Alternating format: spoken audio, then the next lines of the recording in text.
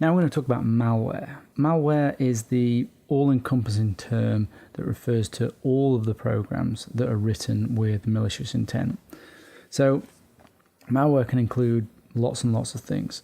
We'll go through some of the main ones and then we'll talk about the ones that you need to be of particular concern with at the moment. So top of the list you have macro viruses.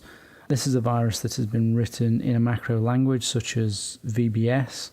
That is usually platform independent. Since many applications allow macro programs to be embedded in the documents, the programs may be run automatically when that document is open. So that means, for example, Word documents and Excel documents will have embedded macros and VBS scripts which can run these macro viruses.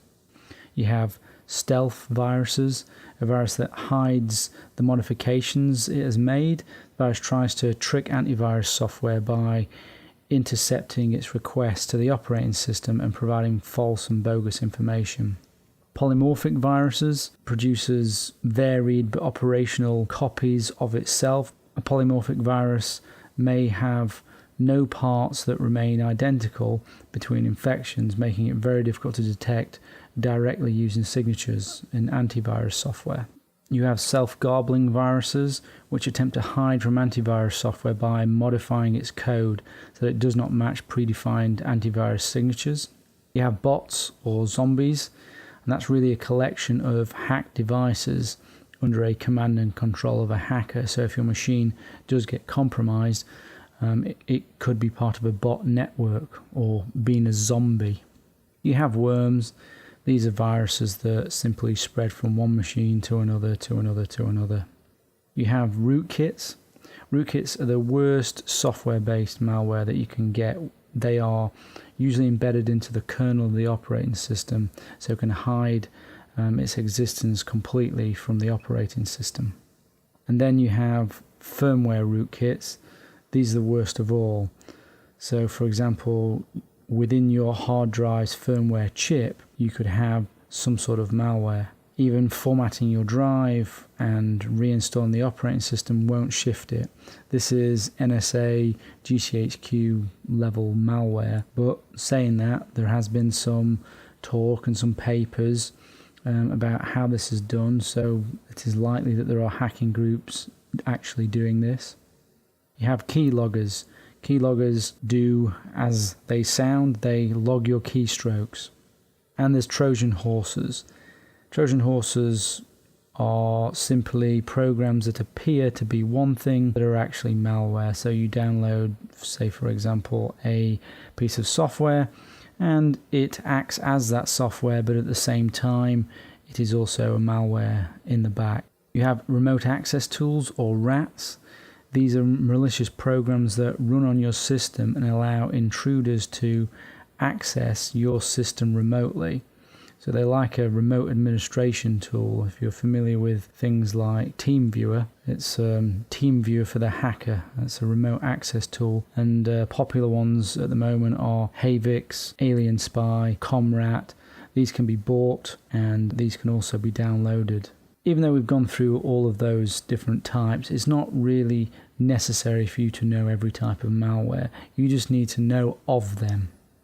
Those that I will draw specific attention to are particularly prevalent at the moment, and the first of those is ransomware.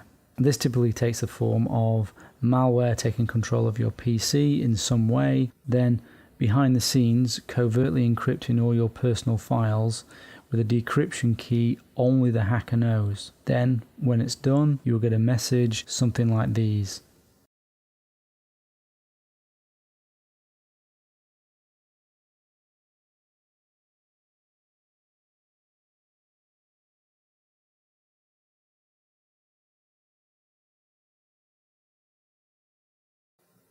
Crypto Wall, CBT Locker, Torrent Locker are the most prevalent at the moment.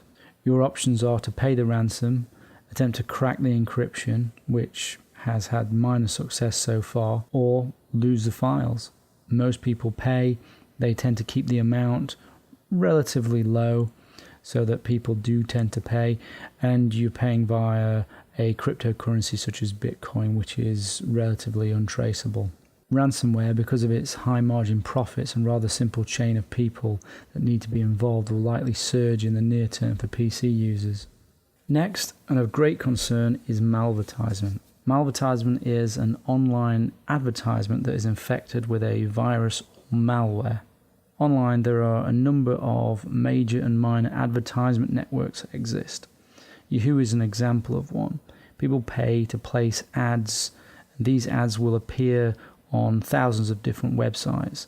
The owners of the sites often don't even know what these specific ads will be. Hackers are now placing their own ads that contain scripts. To get around security checks, these scripts point to other scripts which download other scripts from another location and repeat this process a few times until finally malware is presented to the user of the website. Because of this chain of scripts from different changing locations, it's hard to know for the advertising network that the ad is bad. And many of these ads are placed through automated processes anyway.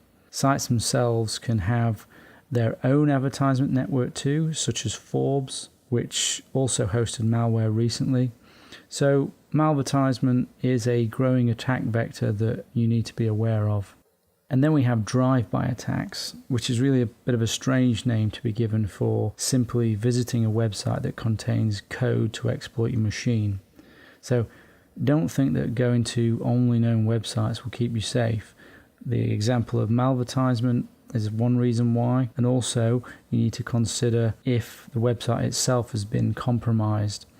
So here's an example of the UK Fat Tongue chef Jamie Oliver's website being hacked for the third time, infecting his surface for the benefit of the hacker that hacked him.